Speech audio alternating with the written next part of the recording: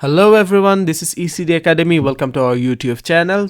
So the training we provide for PCO license are topographical skill assessment and the SERU assessment, which is the understanding of safety, equality and regulatory, and the last one is B1 English assessment.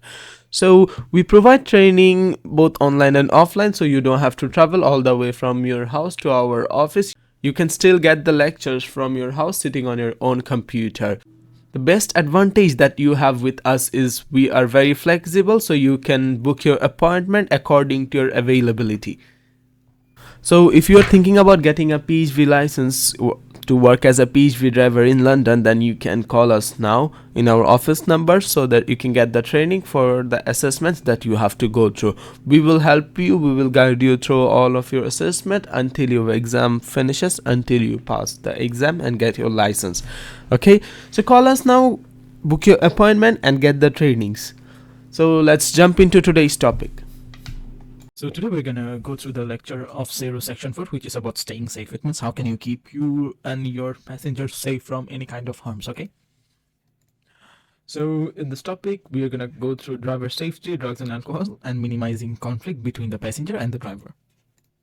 Okay, so angry or violent behavior when at work is never acceptable, okay? So it doesn't matter from which side it starts or which side continues, it doesn't matter. You cannot behave in that way because it's never acceptable. It's not a professional behavior. If a passenger in a vehicle becomes angry or violent, you have a right to say that you will not accept that behavior, or if that fails, you can ask them to leave your vehicle, okay? And any offensive or violent behavior towards you because of your race, like how you look, what you believe, or your sexual orientation, disability, or gender identity is a hate crime, okay? It's counted as a crime. If you experience or witness this type of behavior, TFL urges you to report it to the police station so that it can be fully investigated and action taken against the offender, okay? And TFL advises driver to report incidents as soon as possible to the police on 101 or 999 in an emergency service, okay?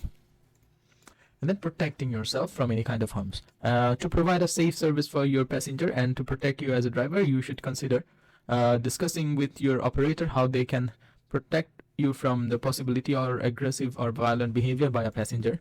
Making sure your operator has given you the booking details such as passenger's name, pickup point, and the destination where you have to go, yeah? And then you can also consider checking the passenger's name and destination before they get in the vehicle. So this will make sure that the passenger does not get into the wrong vehicle and you also don't pick up the wrong passenger, because later on it can start an argument with the passenger, you know.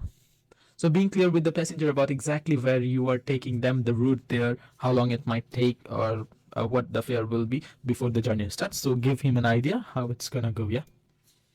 Letting the operator know about any change to the booking, the operator must then tell the passenger what the new fare will be, okay? If the destination is changed, you need to inform your operator so that they can inform the passenger how much they are going to be charged for that, yeah? And then carrying a lone worker device or asking your operator to provide you with one. If your operator provides one, that's fine, or else you can rent one or you can buy one, yeah? Okay, so all these steps should reduce the risk of any disagreement if the passenger is aggressive or violent. Tell your operator immediately and give them the passenger's full name and address if you know it, okay? Then in an emergency, call the police 999. So warning signs of possible aggression or behavior. So in this topic, we are gonna learn about the signs that indicates that the passenger is gonna be angry or he is being aggressive. So this is the pre-signs. Some behavior is a sign that someone is becoming more angry and upset. Below are signs that someone might be aggressive, okay?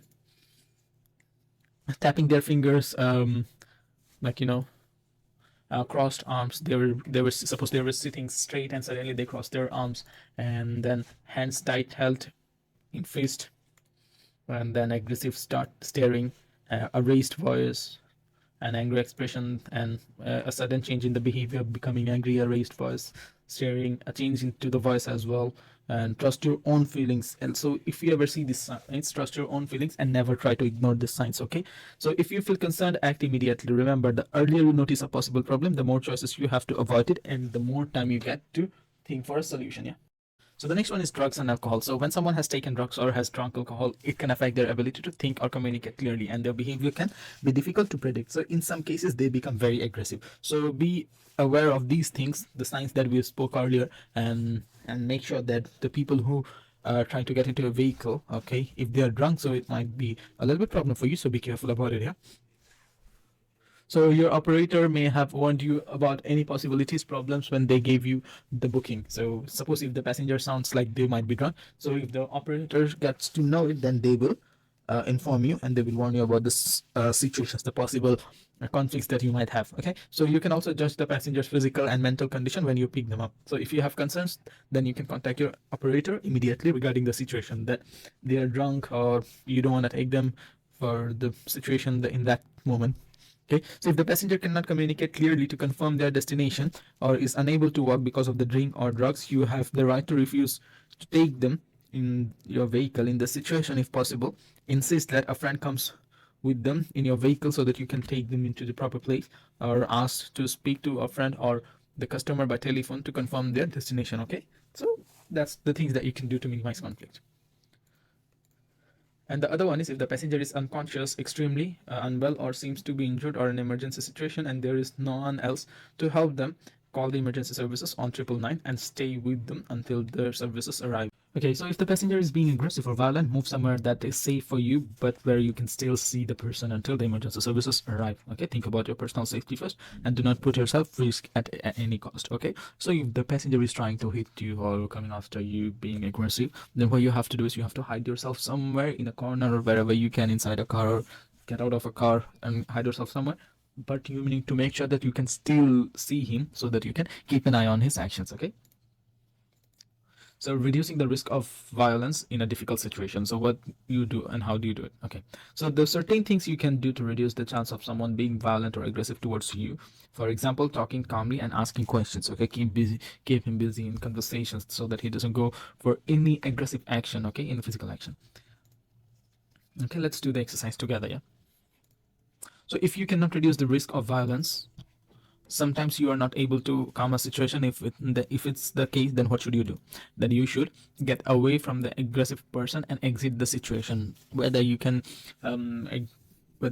take him or leave him out of the car, and you can leave from that place or anything. If necessary, find somewhere safe to stop the vehicle, turn off the engine and take the keys, and then get out of the vehicle. Now, why do you do it? Suppose he's in your car, the passenger is in your car, and he's arguing with you, and you can see that you are not able to calm the situation, and the situation is going out of hand. What you do is, when you see a safe place, stop the car immediately and take out the keys, and stop your engine, take out the keys, and leave the vehicle. Yeah. Okay, so if the passenger is planning to hurt you, they will probably get out of the vehicle too, and they will come after you. Okay, this gives you an opportunity to quickly get back in, lock the doors, then drive away when it's safe to do so. Okay, so I hope you get it. Consideration using a lone worker device to let someone know that you need help. Okay, if you have a lone worker device, then if any accident happens while you are away from your vehicle, get into your vehicle when it's possible and try to take time to calm down before you drive off. So after an accident, what do you do when an accident happens? So firstly, what you do is try to talk about what happened with a friend or a colleague or your operator, so that you can relieve your stress that you're having, you can relieve your anxiety. And then secondly, find out if any support is available, and if there is advice on health and well-being on the TFL website, you can go through that. So try to find some supports. And then thirdly, what you can do is report the incident to help avoid it happening in future.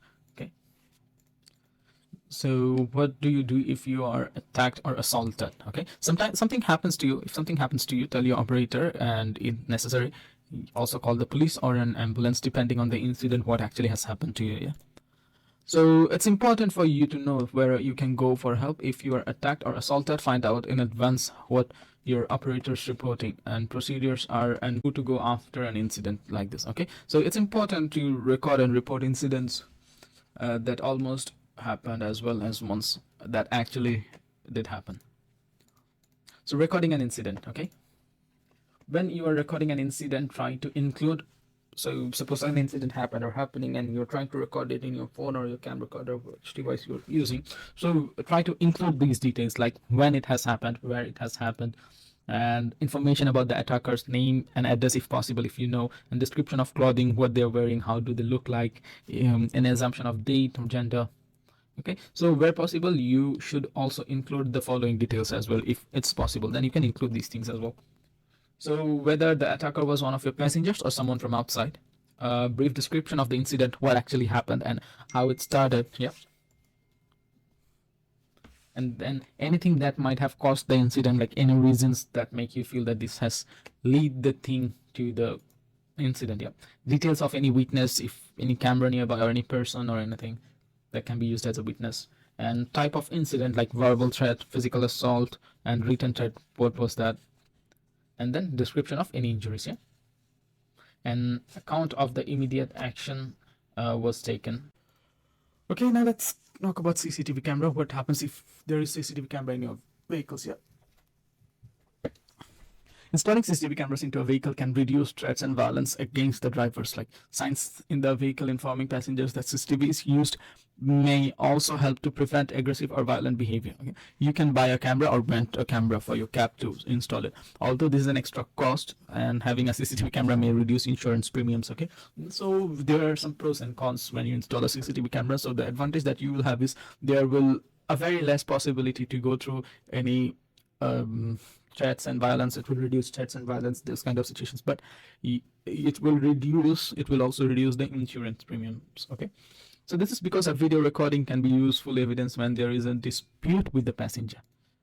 Okay? So the Information Commissioner CCTV Code of Practice requires the signage must be displayed where the CCTV is in operation. Yeah, so where the camera is, you have to display it. Okay, TFL requires all PHV fitted with a CCTV system to display the sign shown below somewhere that is easy for passengers to see. So you have to install the CCTV sign where the passenger can see it. Okay, it can be in the seats inside the vehicle as well. Okay, so the vehicle owner can decide whether to put this signage, but it must be displayed somewhere that it does not block the driver's view. Okay, it cannot block driver's view in the windscreen. Yeah? It must also be visible as possible to passengers as they enter the vehicle and while they are traveling in it.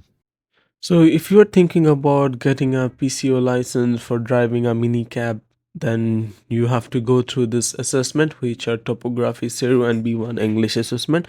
So, you can call us to get this training. We provide both online and offline, so you don't have to worry about traveling all the way from your house to our office. We are based at Whitechapel next to East London Mosque and first floor LMC Business Wing, 38 to 44 Whitechapel Road, London, and the postcode is E11JX. Like, share, and subscribe. See you in the next video. Till then, take care. Bye bye.